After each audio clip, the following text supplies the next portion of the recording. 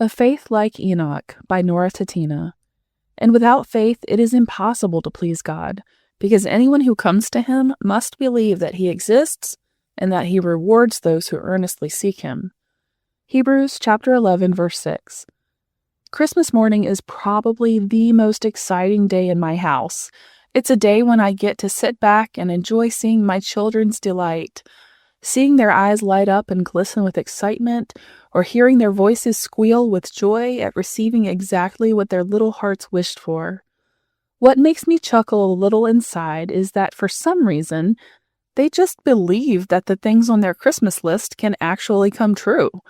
It's childlike faith to believe that a wish, a prayer, a hope is possible any day, especially on Christmas morning.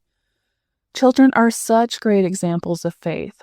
They're willing to believe in the impossible, no matter how ridiculous it might seem, or how many shaken no's they receive. They will bravely take on the impossible any day. I often wonder what my life would be like if I lived with this kind of faith.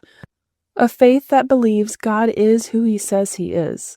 An Enoch kind of faith.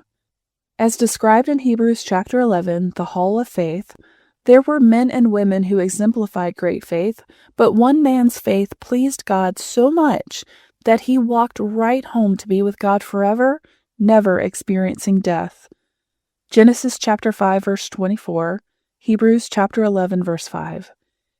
Enoch's faith was so powerful and pure that God wanted him with him, and that's exactly what happened. Enoch wasn't a special human with some sort of faith-like superpower. He was a man like any other, except that he believed God to be who he says he is. And without faith, it is impossible to please God, because anyone who comes to him must believe that he exists, and that he rewards those who earnestly seek him. Hebrews chapter 11, verse 6. It was this kind of faith that moved God's heart.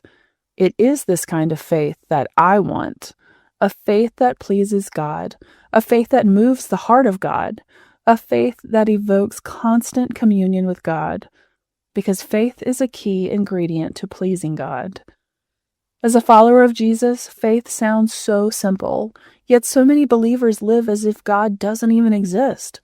What would happen if we had a faith like Enoch's?